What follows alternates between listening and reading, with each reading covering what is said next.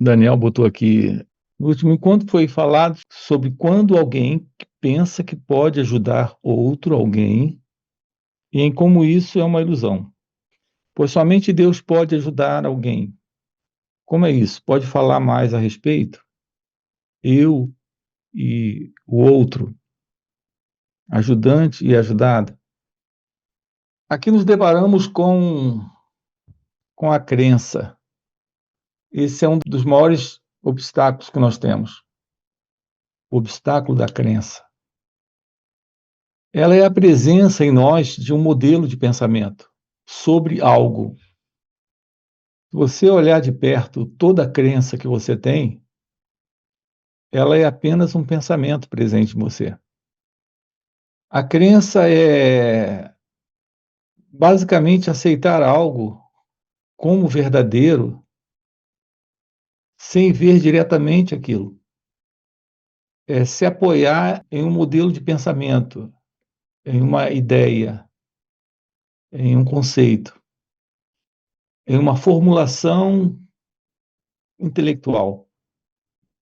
As doutrinas são assim, mas não só as doutrinas espiritualistas ou religiosas, mas tudo aquilo que o pensamento cria uma ideia, cria uma imagem. A crença é uma forma de projeção em uma imagem de um fato que o pensamento desconhece. Então, o pensamento substitui aquilo que é real por uma imagem que ele construiu. E aqui nós nos deparamos com a imagem de alguém, da pessoa. Quando você tem uma fotografia, você não tem a pessoa com você, mas tem a imagem dela. E ninguém discute sobre isso. Todos aceitam que uma foto não é a pessoa. Todos nós aceitamos que uma foto é uma imagem. Mas nós temos uma enorme dificuldade de aceitar que a gente não tem o outro, porque acredita que conhece ele. Essa crença é uma imagem também. E o outro é uma fotografia. Assim, quando você fala em ajudar alguém, de quem exatamente você está falando?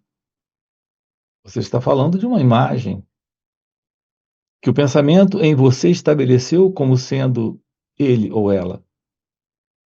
E é parte da crença, a confiança que temos no pensamento de que ele ou ela precisa de uma ajuda. E o que é que a gente entende por ajuda? Quando você encontra alguém com fome, você pode dar um prato de comida. Assim você atende essa questão da fome. Se você chama isso de ajuda, ok. Apenas nesse nível a gente pode ajudar o outro. No entanto, a nossa intenção não é essa.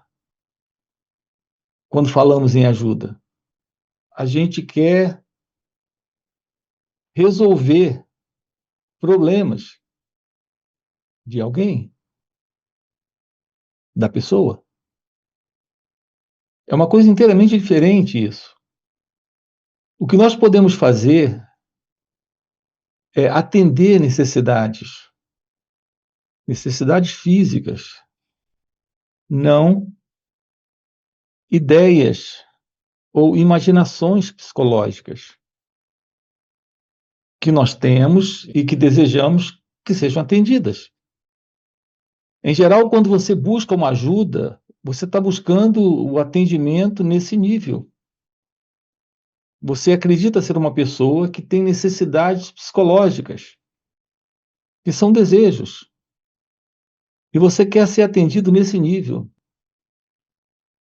Essa autoimagem, a imagem que você tem de si mesmo, é a presença desse alguém.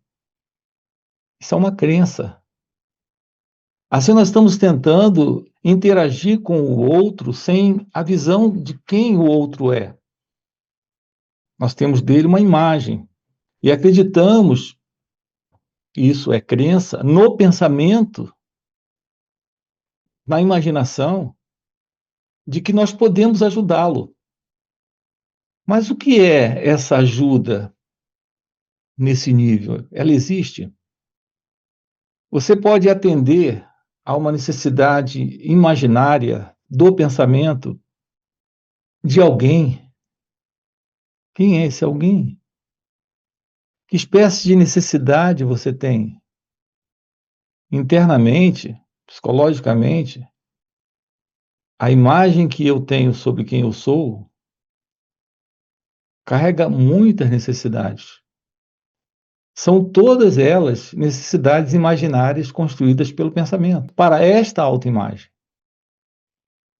Eu quero ser amado, eu quero ser aceito, eu quero ser reconhecido, eu quero ser aplaudido, eu quero ser benquisto.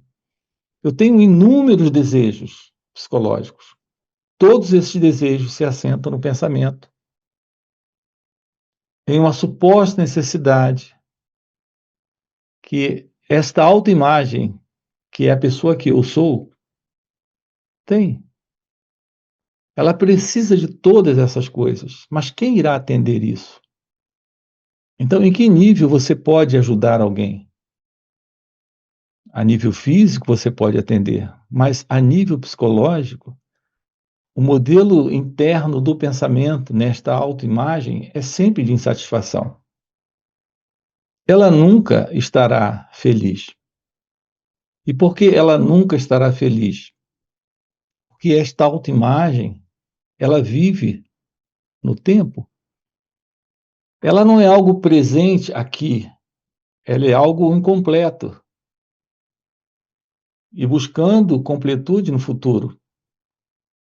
Ela está buscando algo para se completar. É assim que a pessoa vive. A pessoa é um projeto inacabado, não terminado, não finalizado do pensamento. Como pessoa, você sempre sentirá insatisfação, sempre se sentirá insatisfeito. Como pessoa, você sempre estará buscando alguma coisa. Ou você estará buscando alguma coisa para se completar, ou tentando se livrar de alguma coisa que lhe causa algum nível de desconforto e sofrimento, e também para se completar. Então, como pessoa, esta autoimagem, ela vive no tempo. E a base do tempo dessa autoimagem são os desejos. O desejo de alcançar ou o desejo de se livrar. Então, que pessoa pode ajudar uma outra pessoa? Como isso acontece? Quando é que a pessoa será ajudada? Quando ela será feliz? Nós estamos lidando com uma imaginação. Esses estados internos na pessoa, medo, ansiedade, preocupação, raiva, insatisfação, momentos breves de prazer, que logo são substituídos por momentos de dor. Isso é típico da pessoa. Então, a pessoa não pode ser ajudada, porque a pessoa é só um conjunto de imagens girando em torno de uma autoimagem que o pensamento construiu. Esta é a pessoa. Ela não pode ser ajudada, ela não existe para ser ajudada. E ela não tem como ajudar a outra, porque ela está muito ocupada com ela mesma. Mesmo que ela tente fazer algo por uma outra pessoa, isso parte desse desejo de insatisfação nela. Isso parte desse sofrimento que ainda está presente nela. Ela não tem real intenção de fazer o outro feliz. Ela quer fazer o outro se sentir bem para ela se sentir feliz. Porque ela está muito infeliz. Ela quem? esse conjunto de imagens que o pensamento está estabelecendo, de ideias, de crenças, de conclusões, sobre esta pessoa que o pensamento diz que é você. Então, aonde é que está o outro? Não existe esse outro sendo alguém. Existe o outro, mas não como alguém. Aonde está esse eu sendo alguém? Nós temos a vida presente. A vida presente é você, mas não como esse eu, como sendo alguém. Como sendo alguém, como sendo uma pessoa, você sempre estará precisando de ajuda, mas uma ajuda que você jamais irá receber, porque não existe alguém que possa lhe ajudar. Como pessoa, você sempre vai tentar ajudar o outro.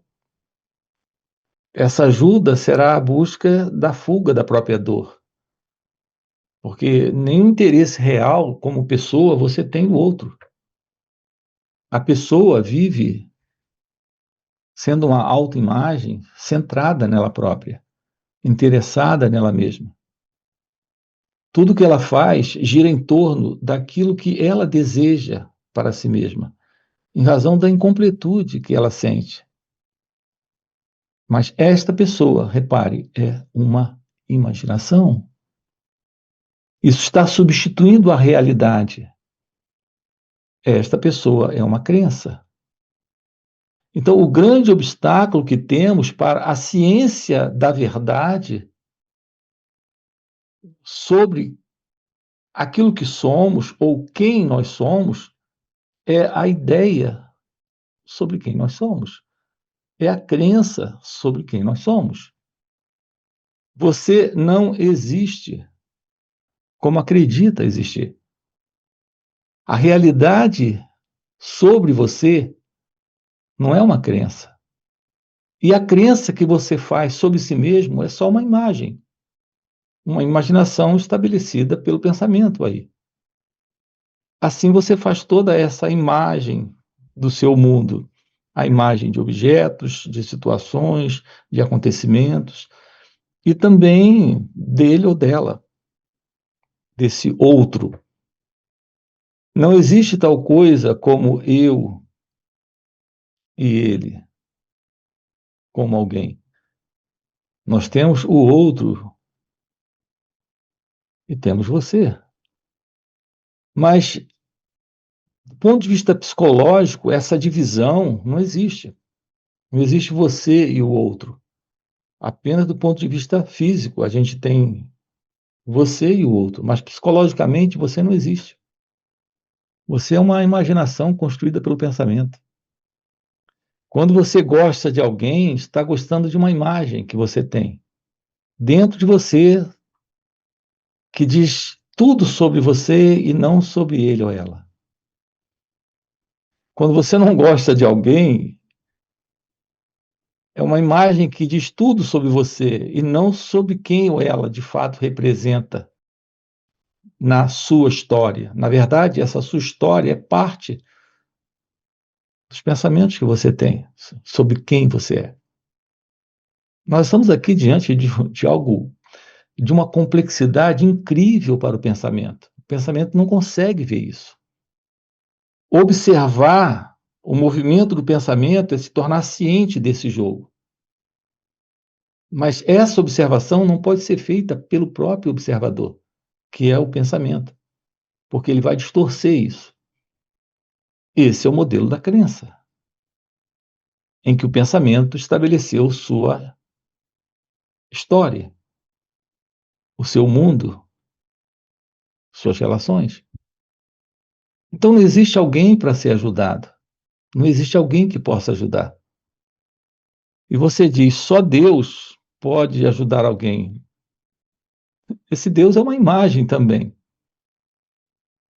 que o pensamento construiu, de um Deus que se ocupa com a ideia também de alguém que precisa ajudar.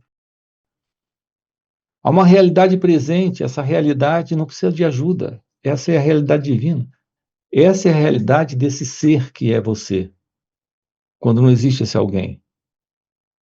Então, quando essa realidade que é Deus, que é este ser, que é a verdade, está presente, o outro é Deus. Então, não tem Deus ajudando Deus. Há uma ciência de Deus nesta verdadeira relação. Isso não é uma pessoa ajudando uma outra pessoa. Ao se deparar com a investigação da verdade sobre si mesmo, você se depara para a autodescoberta de que a única realidade presente é Deus. E se esta autoinvestigação está acontecendo, é Deus que está se auto-revelando. Não tem alguém chamado o professor ajudando o aluno, o mestre ajudando o discípulo. Só tem Deus atendendo a ele próprio. Mas não é Deus ajudando alguém. Não é Deus sendo ajudado por alguém. É a realidade divina se auto-revelando. Essa é a relação verdadeira entre você e o outro, entre o mestre e o discípulo. Não existe ali dois. Há uma realidade presente. Nós não podemos ver isso a partir do pensamento, porque a partir do pensamento, tudo que você tem é o que a imagem construiu. E nós estamos lidando na vida com nós mesmos, com o outro e com os acontecimentos a partir dessas imagens, que são essas crenças. A crença que eu faço sobre quem você é, a crença que eu tenho sobre quem Deus é, a crença que eu tenho de quem eu sou. E por aí vai.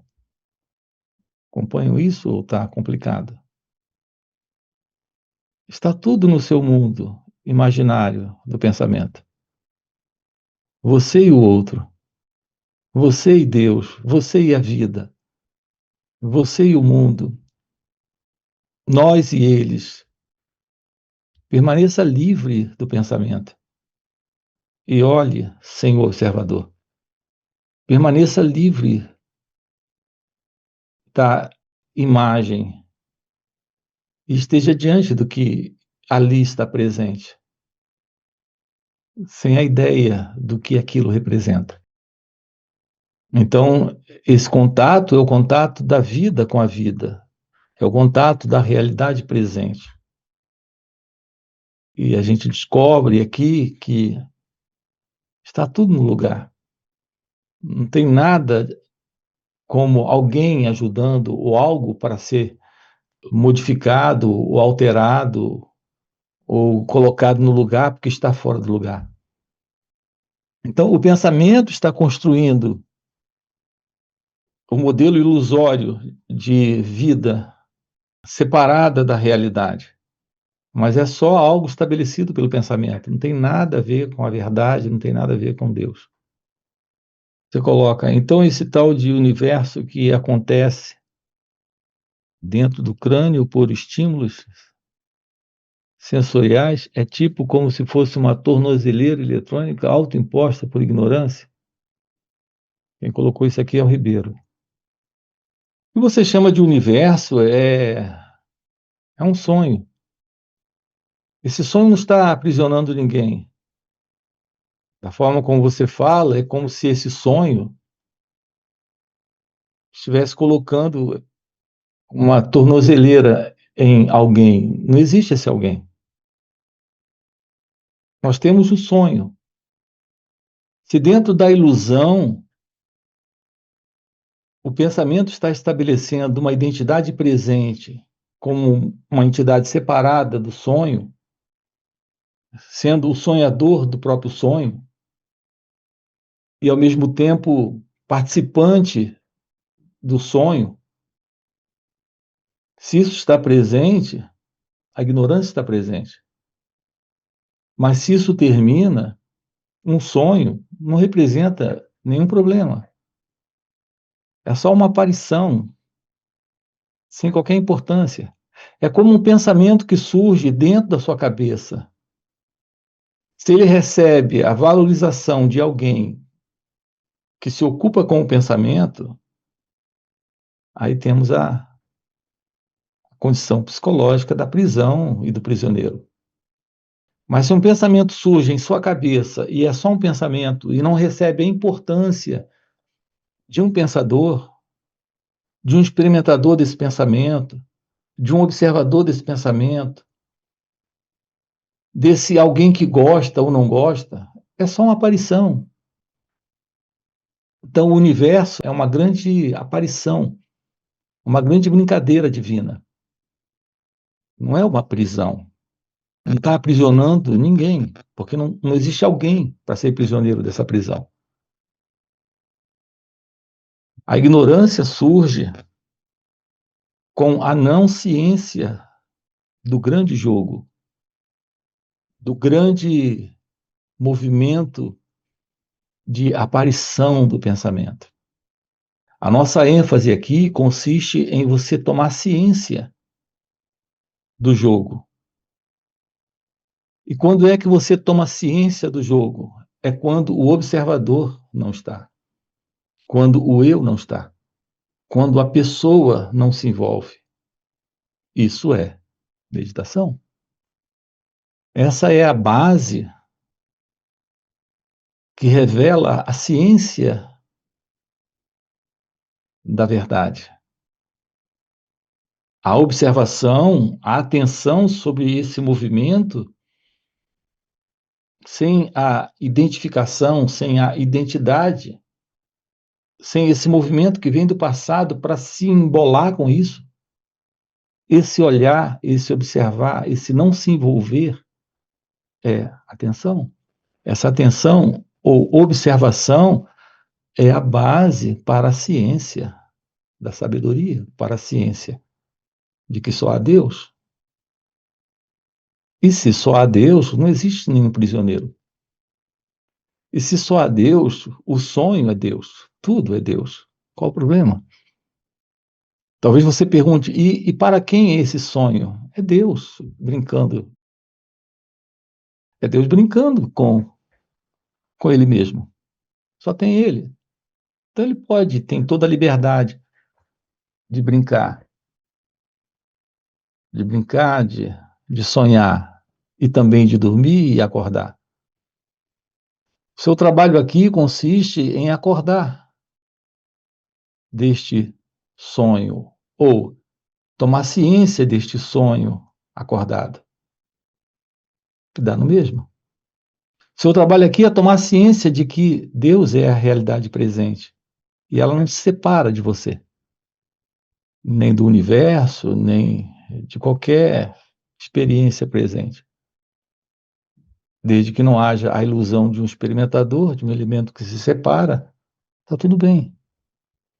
O que torna possível essa visão, o que torna possível essa compreensão, é um olhar livre de qualquer pensamento, de qualquer particularização de ideias, de conceitos, de crenças. Nós não lidamos com crenças, nós lidamos com fatos. A vida não é conceitual, ela não é teórica, ela não é de palavras, ela é de evidências, ela é de ocorrências, de acontecimentos. A vida é assim. O elemento pensamento é o elemento que ele tem uma funcionalidade. A funcionalidade simples de nomear os acontecimentos. Só isso. Mas quando o pensamento começa a querer assumir o lugar da realidade, aí a gente sucumbe à imaginação. Aí a gente sucumbe à ideia de alguém presente, que é o eu, eu, não tem mim, só tem a vida. E o pensamento para lidar com assuntos bem práticos, para nomear situações, acontecimentos. Mas quando surge a ilusão de uma pessoa, que é a imaginação do pensamento sobre alguém presente, que se separa e confunde as evidências, os acontecimentos, os fatos com crenças. Aí a confusão é líquida e certa. Por exemplo, você olha para alguém e vê nela uma pessoa. Não tem pessoa nenhuma ali, só tem ele ou ela. Quando você olha e vê uma pessoa, você está projetando uma imagem que o pensamento construiu dentro de você sobre quem ele ou ela representa para você. Só que você agora já é uma imaginação também. Você assumiu uma posição de reconhecimento de imagem criado pelo próprio pensador, que você acredita também ser. Olha a confusão. Ou seja, a ilusão acontece, a ignorância está presente. Mas a vida, nela não há crença, não há ideia, não há conceito, não há espaço para a imaginação. O espaço para a imaginação não está na vida, está no pensamento. Se livre do pensamento e você estará livre da ignorância. Só a Deus. Como você seria outra coisa a não ser Ele? Mas como pessoa, você é alguém. Como alguém, você vê o mundo a partir da perspectiva do pensamento. E isso cria problemas. Na verdade, todos os problemas só existem aí, no mundo da mente, não na vida. Como ocorre a dissolução do ego? Você está perguntando como ocorre. A dissolução da ilusão ocorre na visão do falso.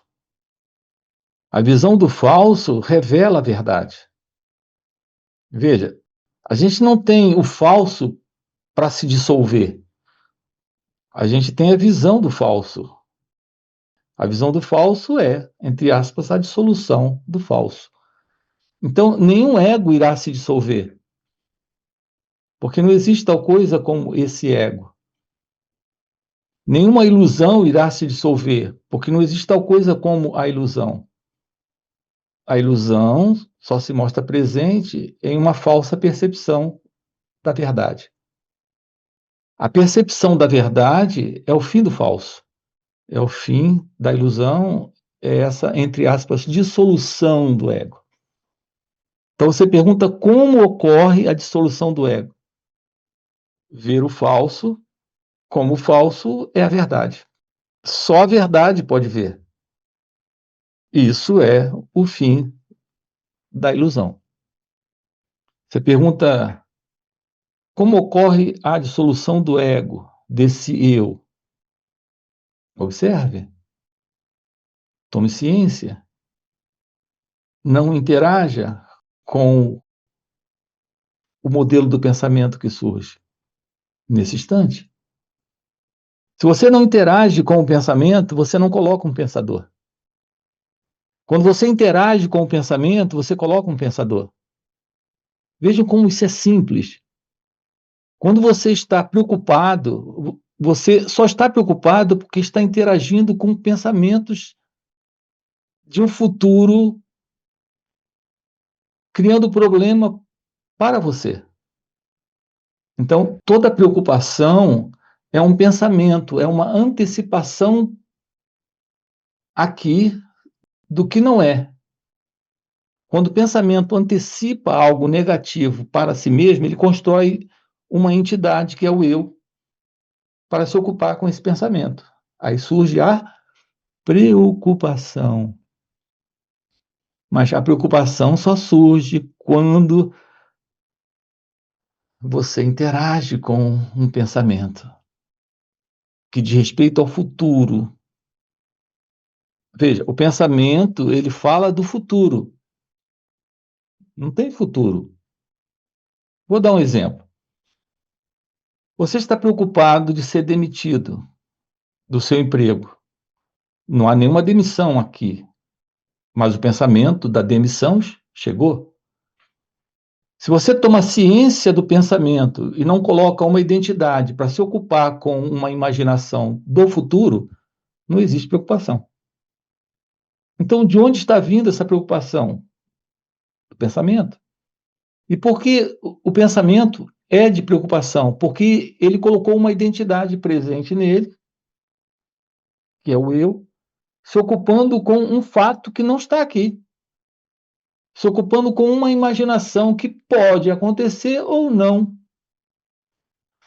A gente não lida com o futuro, a gente lida com o que está aqui, mas a gente não lida bem com o que está aqui quando o pensamento é a coisa mais importante.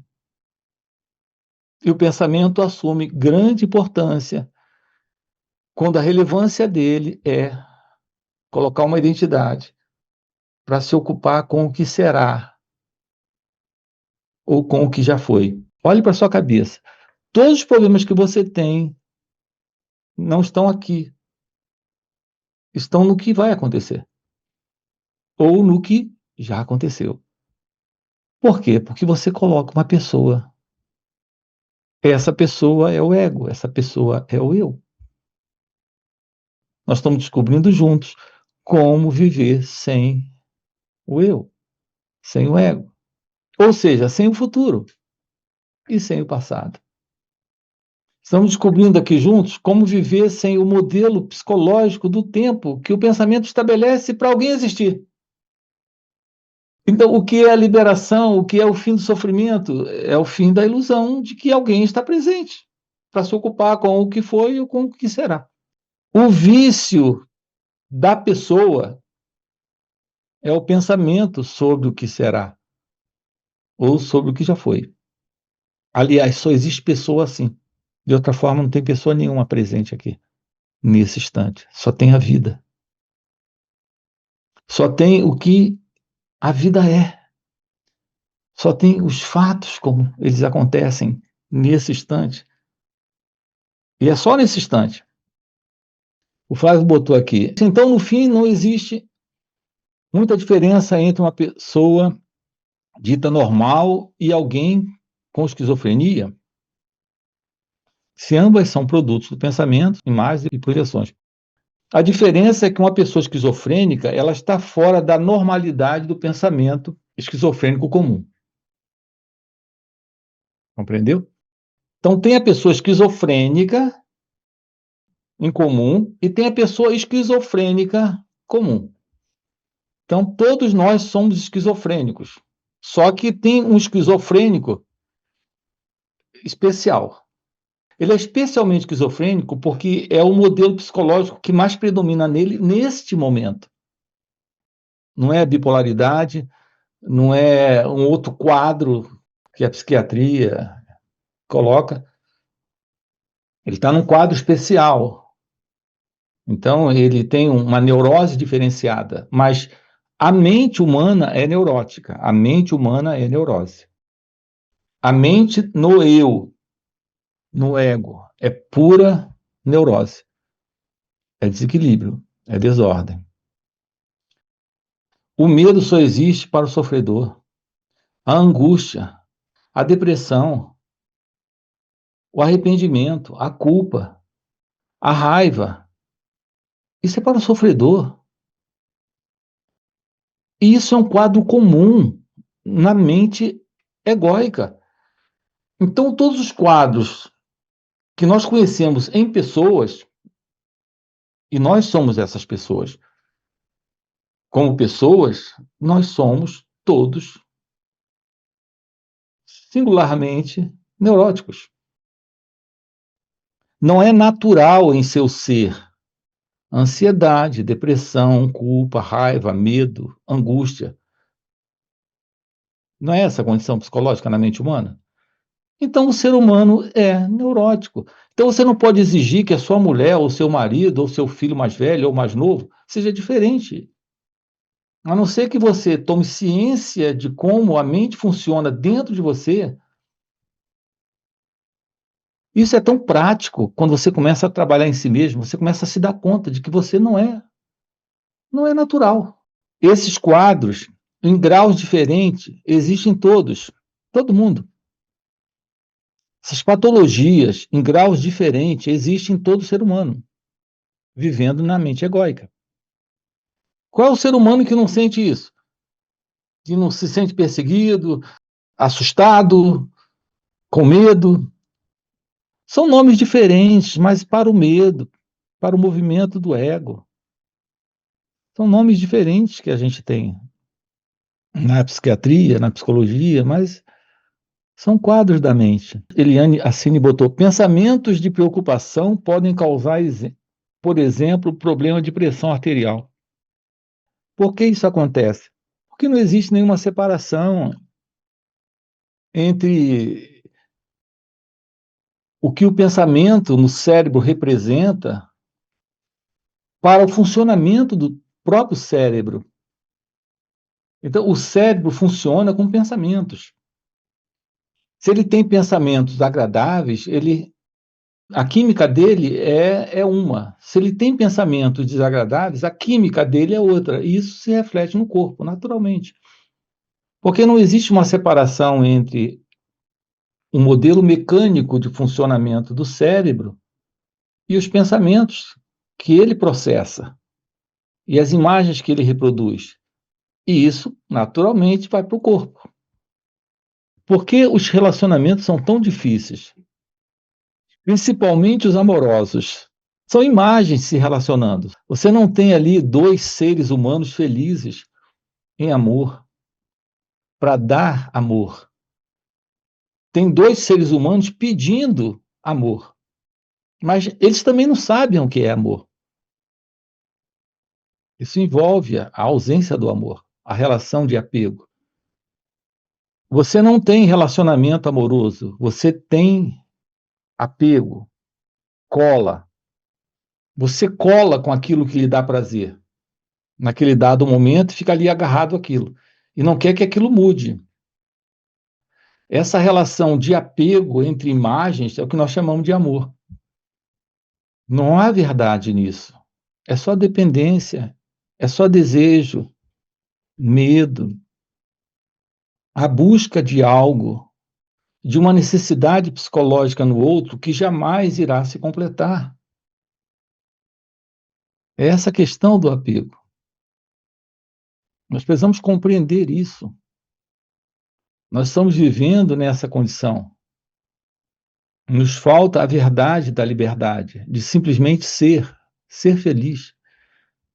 Ser feliz é viver em amor. Então, qualquer um próximo de você, uma vez que você é amor, você não vai vê-la, você não vai vê-lo a partir desse modelo de necessidade psicológica.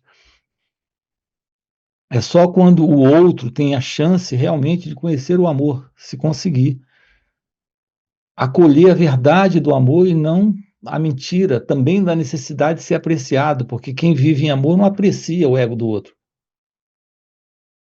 porque não aprecia mais a mentira. Então, estamos diante de algo muito, muito delicado. A gente quer ser amado, mas a gente não tem alcance para viver o amor. Porque o que a gente entende por ser amado é ter o ego apreciado, é ter o ego apreciado pelo outro. Mas o outro no ego, ele vive também buscando a mesma coisa de mim.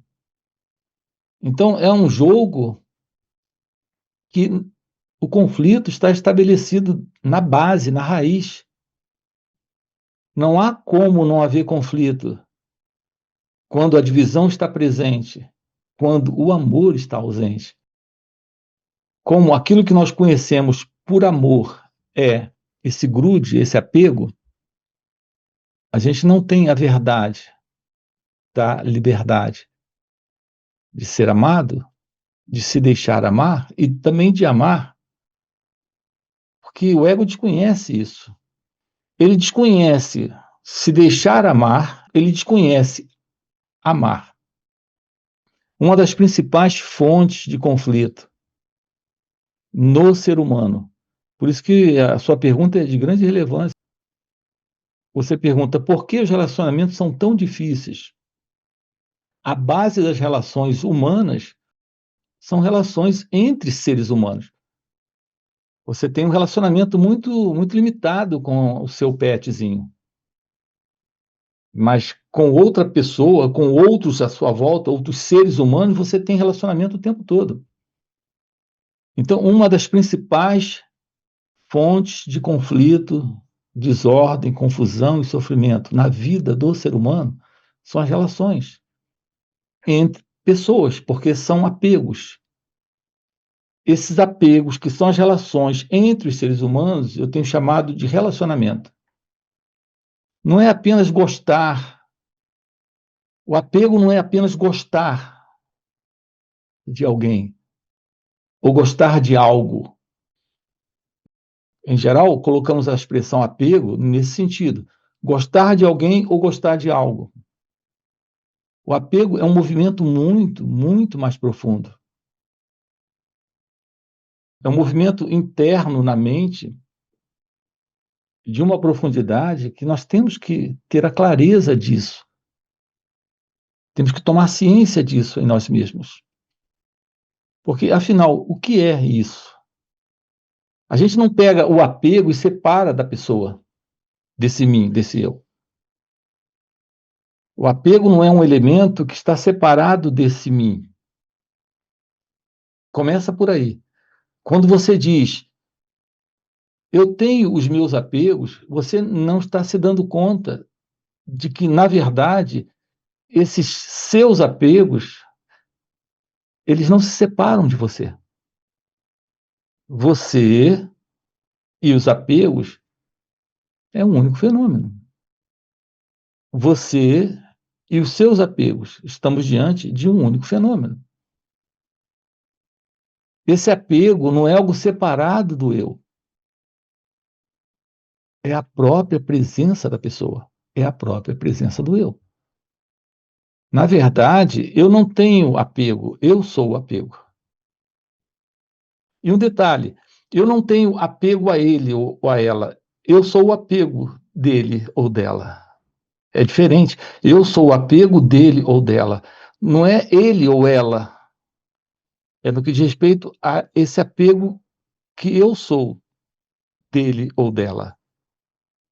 Não tem nada a ver com ele ou ela lá.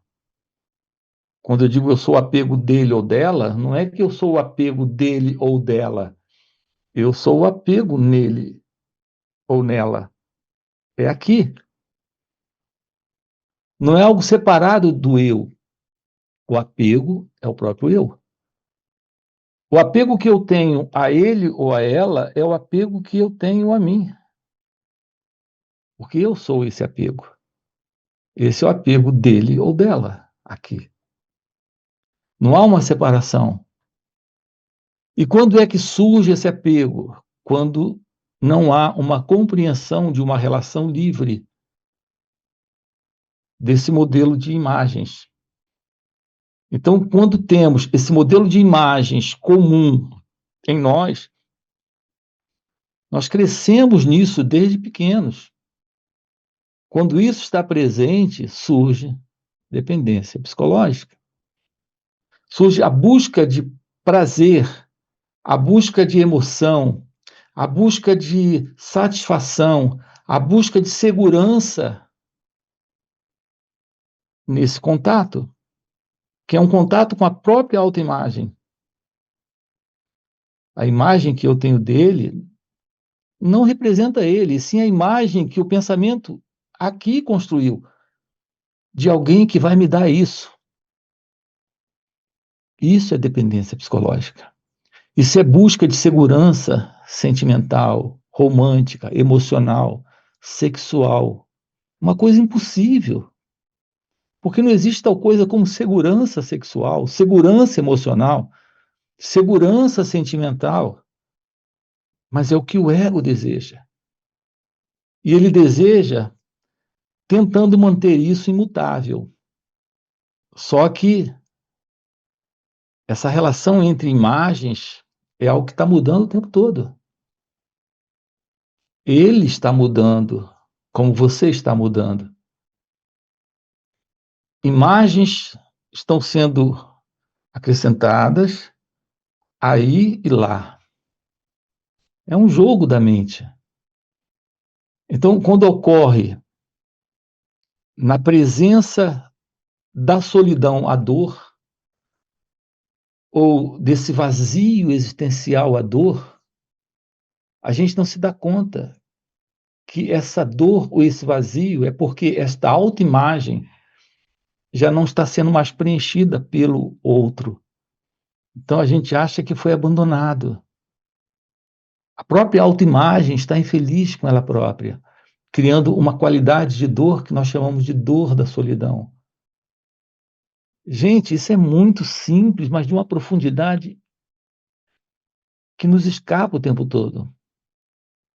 A gente sente a dor da solidão, a dor do vazio existencial, e a gente acha que o mundo nos abandonou, enquanto que, na verdade, estamos cheios de imagens dele ou dela, ou do mundo que nos abandonou. E, na verdade, é a própria autoinsatisfação com a imagem, que já não se satisfaz mais com nada. Aí a gente entra num buraco chamado depressão. Mas quem está nesse buraco? A autoimagem. E tudo isso envolve a presença e a questão do apego. E a gente não se dá conta. Quando você está apegado, você não está apegado por amor. Você está apegado por desejo.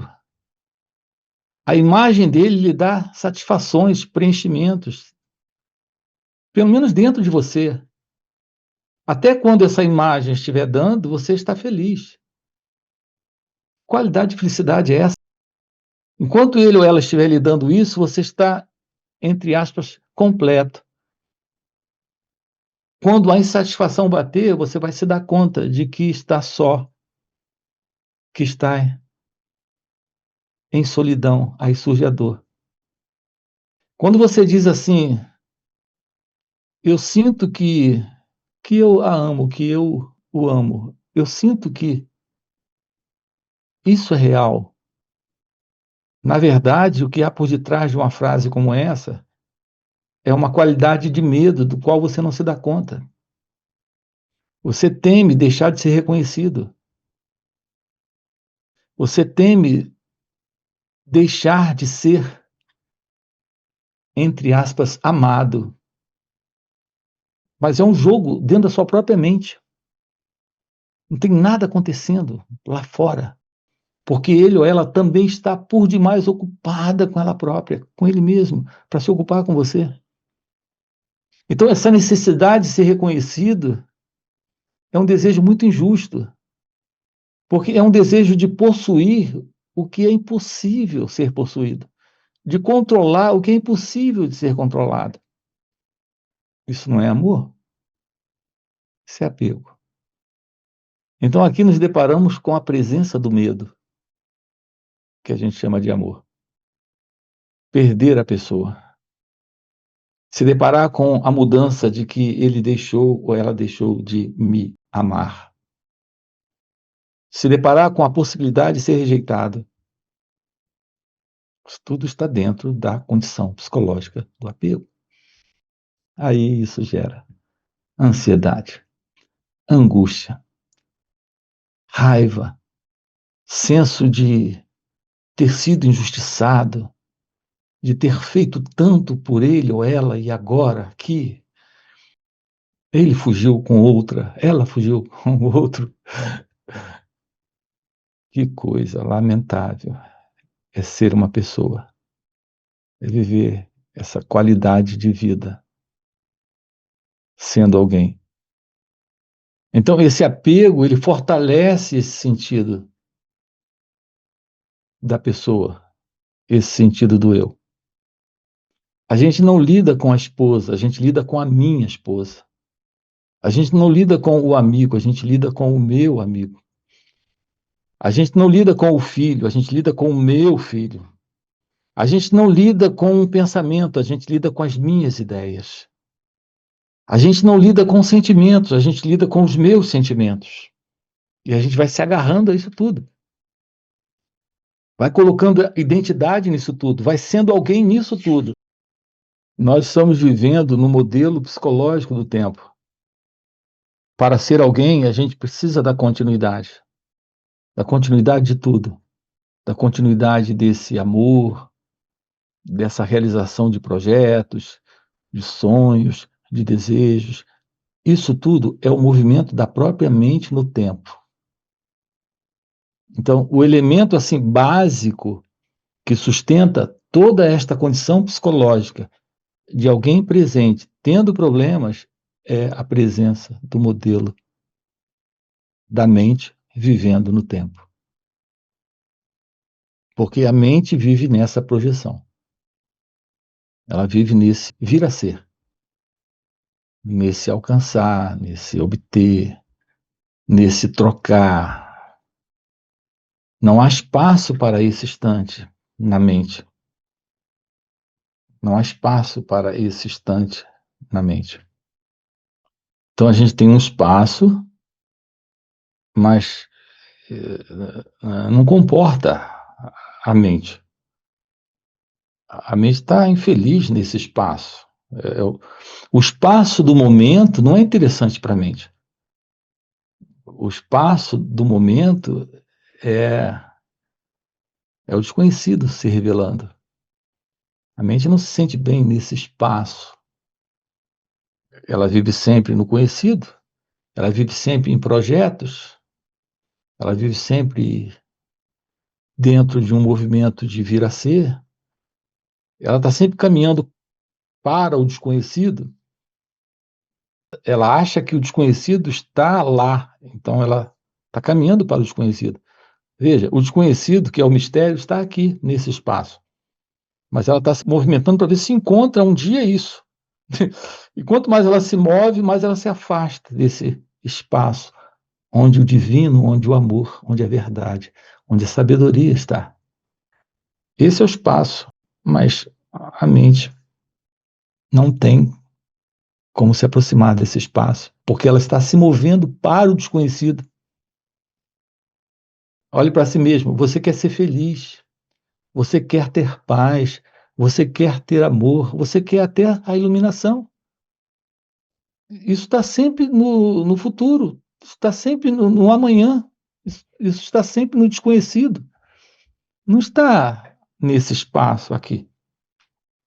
A gente trabalha com você para lhe mostrar a beleza de estar aqui,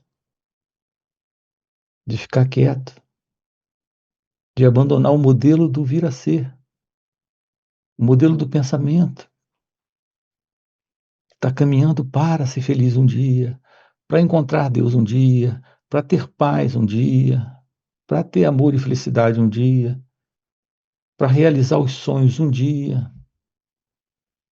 Não existe tal coisa como esse dia. Isso é uma imaginação.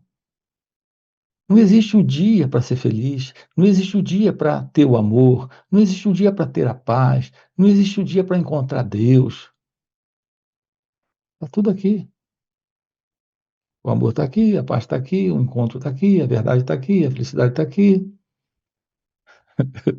Quando o eu não está, quando a mente não está, quando não há mais esse movimento, que é um movimento pensamento. Por onde posso começar a praticar a real meditação? É pela Advaita Vedanta? Quando você pergunta onde posso praticar aqui, nesse instante, o que temos na Vedanta é só ali colocações de palavras. E o autoconhecimento é aqui, nesse instante, nesse momento.